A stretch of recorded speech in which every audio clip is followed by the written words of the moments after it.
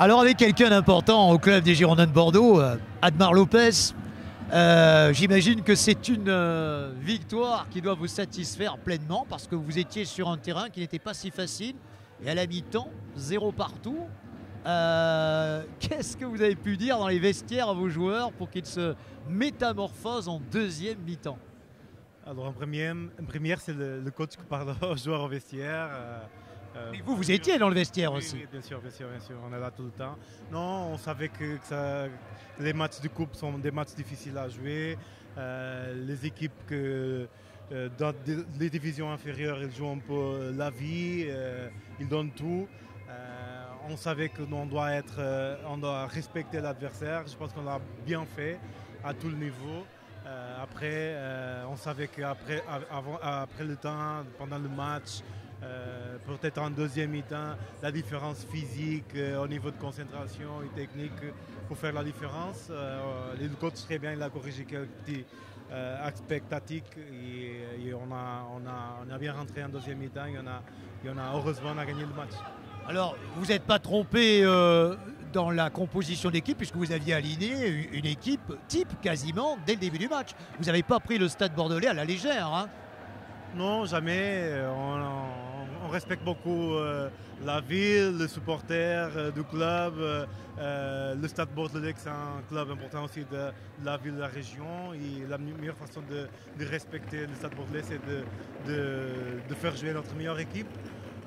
Et le coach a très bien géré à tout le niveau. Après, on ne veut pas casser la dynamique collective.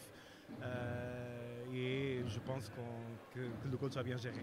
C'est une métamorphose totale que les Girondins de Bordeaux cette année. L'an dernier, à la même époque, vous étiez déjà en difficulté pour finalement une relégation en Ligue 2. Alors vous, à titre personnel, on a pu vous reprocher quelquefois des choix de joueurs. Mais là, cette année, on ne peut rien vous reprocher. Quand vous faites venir le petit David Hatchvili, c'est une perle rare. Vous l'avez déniché où? Comment avez-vous fait pour faire venir ce petit joueur?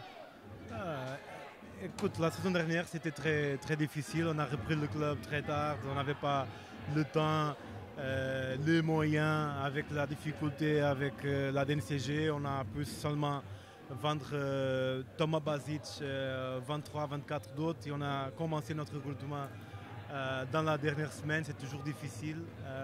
Il avait un groupe de joueurs très large. On avait un effectif très difficile à gérer pour le numéro de joueurs. Et cette saison, c'était un peu différent, même avec un pré-saison atypique à tout le niveau. Mais en tout cas, on a essayé on connaissait déjà le club, les joueurs. On a essayé de trouver des éléments complémentaires pour encadrer un peu notre jeune.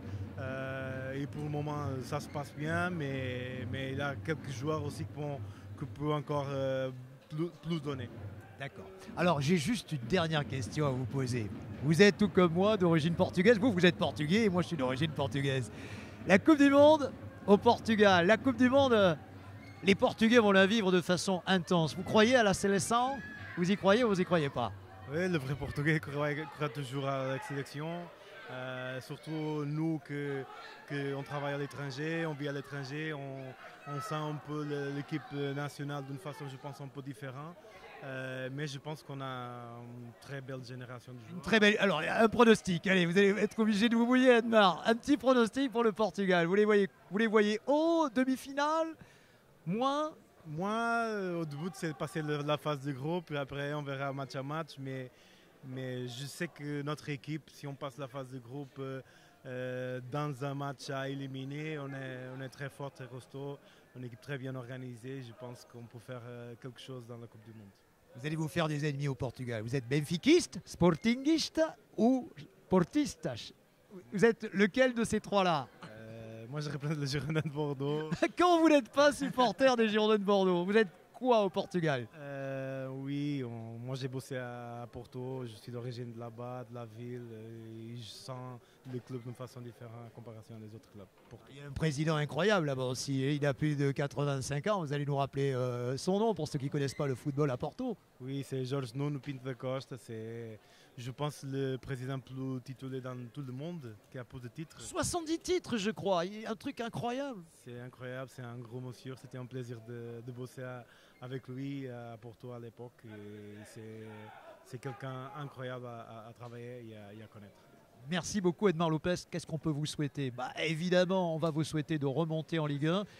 Et puis on va mettre une petite pièce sur le Portugal. Hein, pourquoi pas, hein, on va dire demi-finaliste ou plus si affinité. Qu'est-ce que vous en pensez? Vous signez de suite pour ça, pour ces deux choses-là? Je signe de suite. Merci beaucoup. Merci Edmar Lopez.